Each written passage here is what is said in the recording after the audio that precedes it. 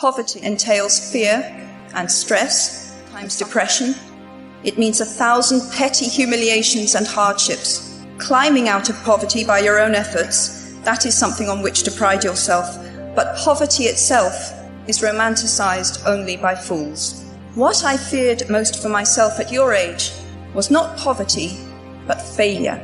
At your age, in spite of a distinct lack of motivation at university, where I had spent far too long in the coffee bar writing stories and far too little time at lectures, I had a knack for passing examinations, and that, for years, had been the measure of success in my life and that of my peers. Talent and intelligence never yet inoculated anyone against the caprice of the fates. However, you might be driven by a fear of failure quite as much as a desire for success. Ultimately, we all have to decide for ourselves what constitutes failure, but the world is quite eager to give you a set of criteria if you let it. So I think it fair to say that by any conventional measure, a mere 7 years after my graduation day, I had failed on an epic scale. An exceptionally short-lived marriage had imploded, and I was jobless, a lone parent, and as poor as it is possible to be in modern Britain without being homeless. The fears that my parents had had for me and that I had had for myself had both come to pass, and by every usual standard, I was the biggest failure I knew.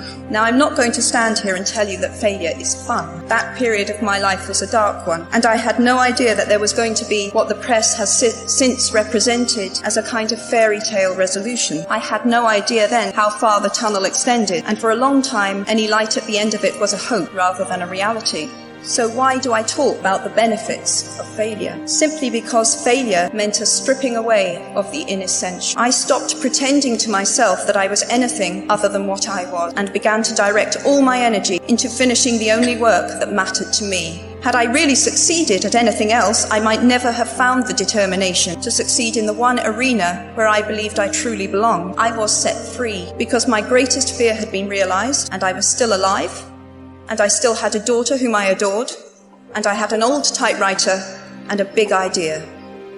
And so rock bottom became the solid foundation on which I rebuilt my life. You might never fail on the scale I did, but some failure in life is inevitable. It is impossible to live without failing at something, unless you live so cautiously that you might as well not have lived at all, in which case you fail by default. Failure gave me an inner security that I had never attained by passing examinations. Failure taught me things about myself that I could have learned no other way. I discovered that I had a strong will and more discipline than I had suspected. I also found out that I had friends whose value was truly above the price of rubies. The knowledge that you have emerged wiser and stronger from setbacks means that you are, ever after, secure in your ability to survive. You will never truly know yourself or the strength of your relationships until both have been tested by adversity. Such knowledge is a true gift for all that it is painfully won, and it has been worth more than any qualification I ever earned. So given a time turner, I would tell my 21-year-old self that personal happiness lies in knowing that life is not a checklist of acquisition or achievement. Your qualifications, your CV, are not your life. Though you will meet many people of my age and older who confuse the two. Life is difficult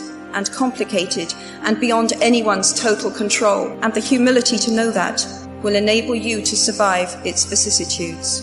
Now, you might think that I chose my second theme, the importance of imagination, because of the part it played in rebuilding my life, but that is not wholly so. Though I personally will defend the value of bedtime stories to my last gasp, I have learned to value imagination in a much broader sense. Imagination is not only the uniquely human capacity to envision that which is not, and therefore the fount of all invention and innovation.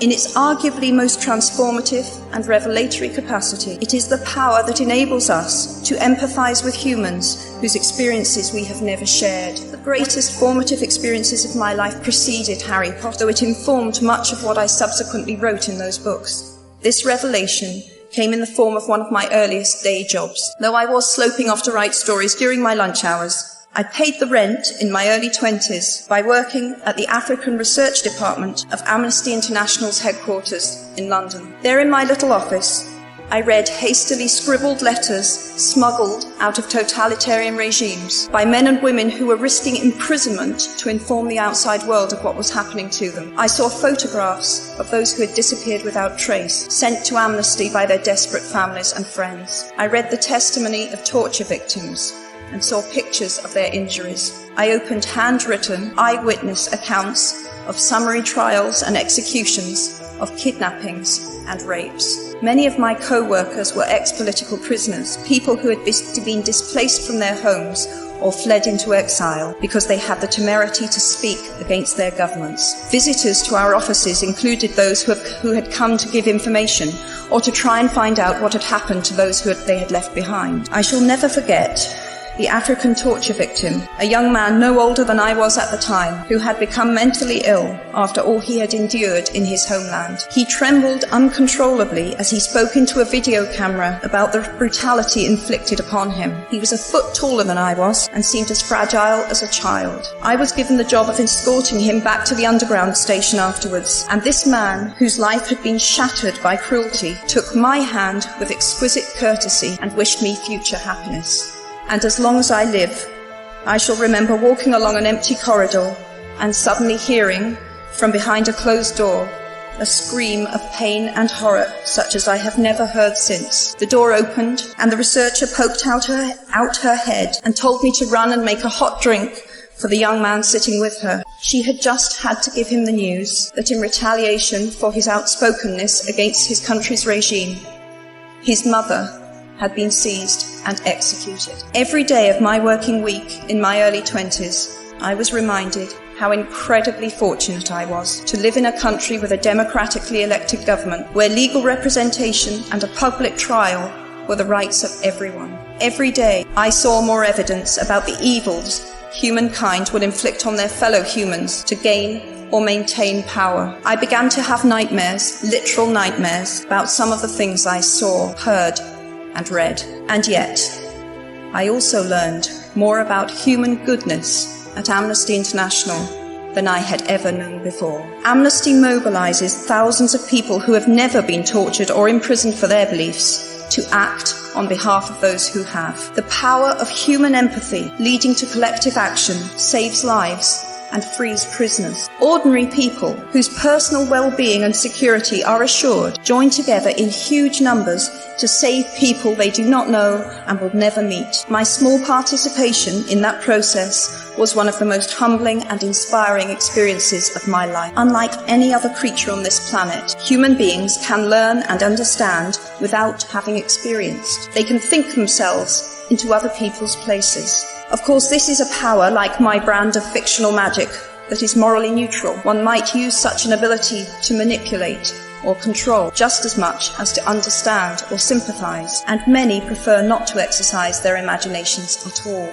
They choose to remain comfortably within the bounds of their own experience, never troubling to wonder how it would feel to have been born other than they are. They can refuse to hear screams or peer inside cages. They can close their minds and hearts to any suffering that does not touch them personally. They can refuse to know. I might be tempted to envy people who can live that way, except that I do not think they have any fewer nightmares than I do. Choosing to live in narrow spaces leads to a form of mental agoraphobia, and that brings its own terrors. I think the willfully unimaginative see more monsters. They are often more afraid. What is more, those who choose not to empathize enable real monsters, for without ever committing an act of outright evil ourselves, we collude with it through our own apathy. One of the many things I learned at the end of that classics corridor down which I ventured at the age of 18, in search of something I could not then define, was this, written by the Greek author Plutarch: "What we achieve inwardly will change outer reality." That is an astonishing statement, and yet proven 1,000 times every day of our lives. It expresses in part our inescapable connection with the outside world, the fact that we touch other people's lives simply by existing. We do not need magic to transform our world. We carry all the power we need inside ourselves already. We have the power to imagine better. As is a tale, so is life. Not how long it is, but how good it is what matters.